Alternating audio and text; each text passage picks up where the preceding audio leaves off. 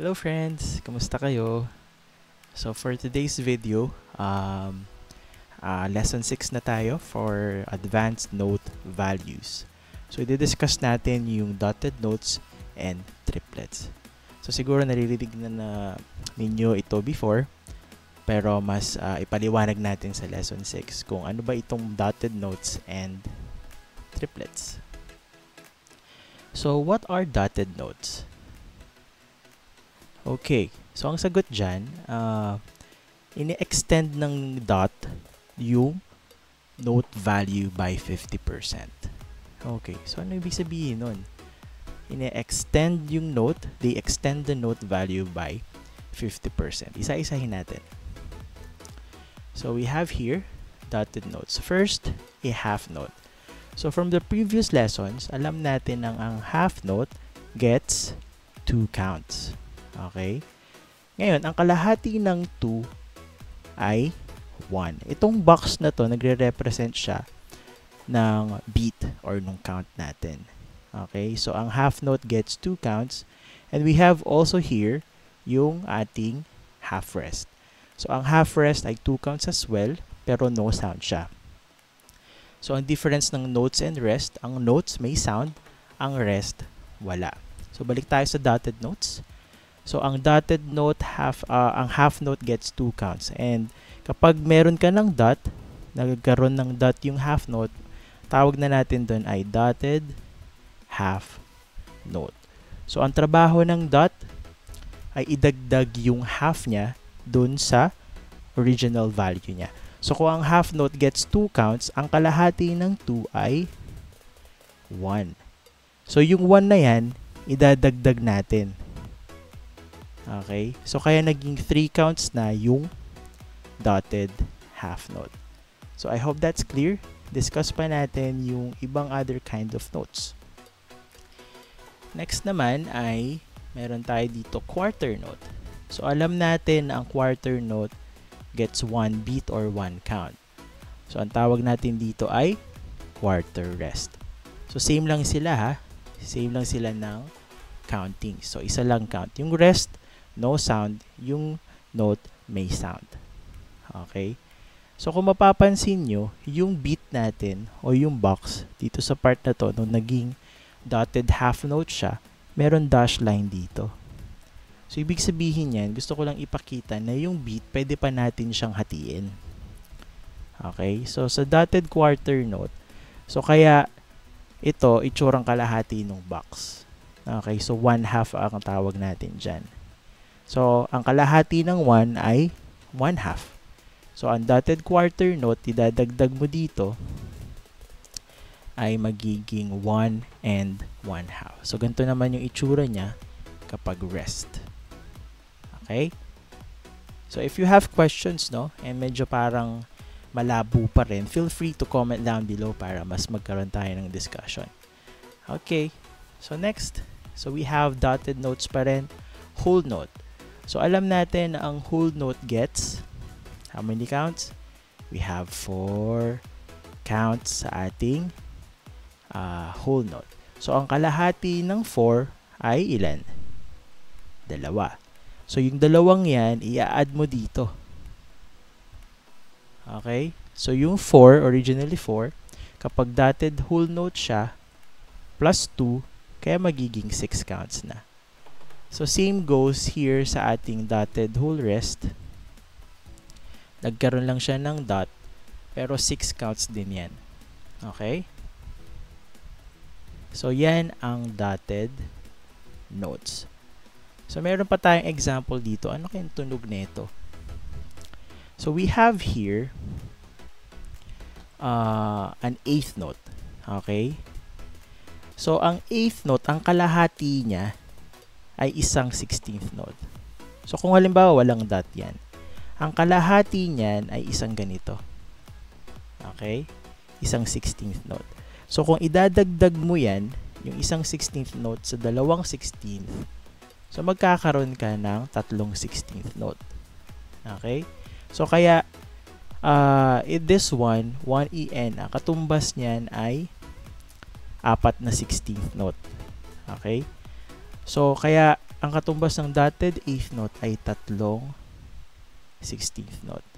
Okay? So, that is 1 E, N. Tapos yung A, yan na yung 16th note. Okay? Usually, makikita natin sa pyesa na itong flags ng 8th note tsaka 16th, pinagko-combine na natin sila. So, nagiging beams na sila. So, most of the time, ganyan ang makikita nyong itsura pagdating sa dotted 8th note tsaka 16th note. Or, pwede rin naman dalawang 8th note. So, basically, ganyan ang itsura niya. So, anong tunog niyan? So, if meron tayong 1 count or 1 beat, so, katumbas kasi niyan ay 1 beat. Okay? Or 1 count. So, 1 count, hinati lang natin siya sa 4 na 16th note. Kaya naging 1 E, N, A. So, ibig sabihin, itong dotted 8th note na to, i-hold mo siya sa 1 E, N. So, parang 1 E, N, A. Isa pa? 1 E, N, A. Okay? So, kung halimbawa, meron kang 1, 2, 3, tsaka 4 counts. Tapos, itong 4 counts na to, merong 1 E, N, A, 2 E, N, A, 3 E, N, A, 4 E, N, A. And ganito yung itsura nung notes natin for each count. Yan. So, magiging 1 E, N, A, 2 E, N, A, 3 E, N, A, 4 E, N, A. So, parang pop, pop.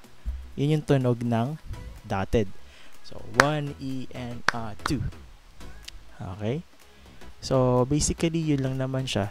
So, kung sa piano yan, limbawa, ito yung dotted note, ipi-play natin yan. So, magiging 1 E, N, A, 2 E, N, A, 3 E, N, A, 4 E, N, A. Okay? So, basically, yun siya.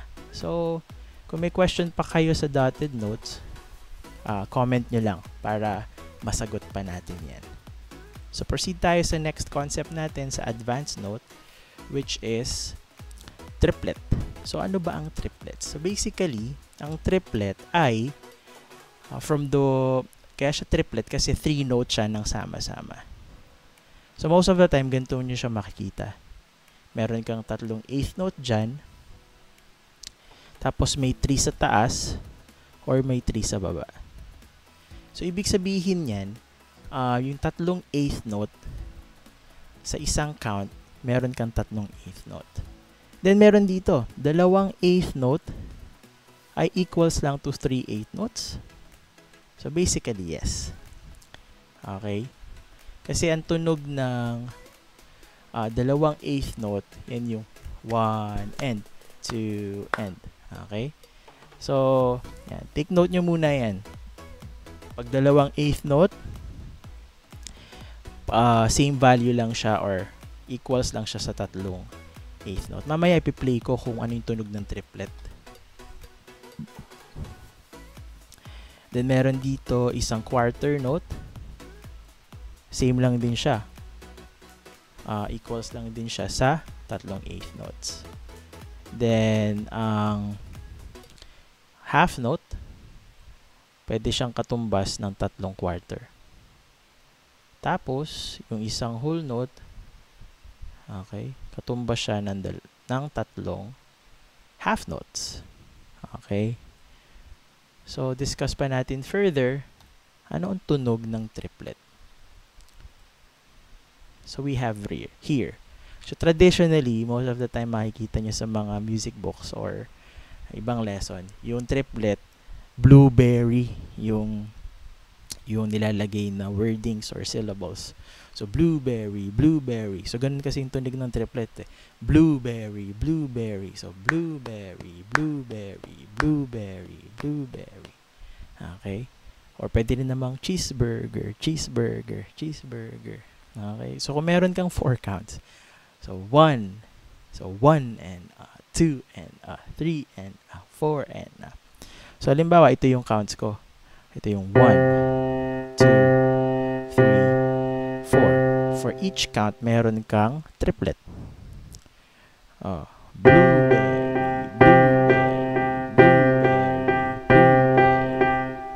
counts yun. Kasi 1 and 2 and 3 and 4 and so basically, yun lang ang triplet. Kasi kung hindi siya triplet, ano ba, dalawang eighth note lang yan. So, ganyan yung tunog ng ano ba, ganyan. Ang eighth notes kasi, ano na siya, 1 and 2 and. So, pag eighth note, 1 and 2 and 3 and 4 and. Ginagawa nito yung itong note na to gumagawa dun sa eighth note. So, kapag triplet, 1 and 2 and 3 and 4 and okay, blueberry. So, basically, yun naman ang triplet. So, yeah, move forward tayo. Discuss naman natin ano ibig sabihin ng duple time tsaka compound time. So, ang keywords dito ay yung S for strong and W for weak. Okay. Kaya natin sinabing strong, lahat ng count number 1 ay strong. So, itong focus tayo dito sa part na to, sa duple. So, lahat ng nakikita nyong number dito ay time signatures. Hindi yan fraction, So, ito, hindi mo yan tatawagin na 2/4. No. It should be 2/4, hindi fourths. Sa music, ang tamang pronunciation yan ay 2/4. Ibig sabihin yan, meron kang 2 counts for each measure. Okay? So, dito naman sa isa, meron kang 4 counts or 2 counts. So, kapag duple time signature, strong, weak. So, lahat ng beat number 1, strong. Ibig sabihin, may emphasis or louder siya sa pagbilang mo. Halimbawa, kung 2/4 yung time signature mo, 2 counts lang. So, 1, 2, 1, 2. Okay? Strong, weak. Strong, weak. Okay? So, kung 4/4 naman, should be like 1, 2, 3, 4. 1, 2, 3, 4.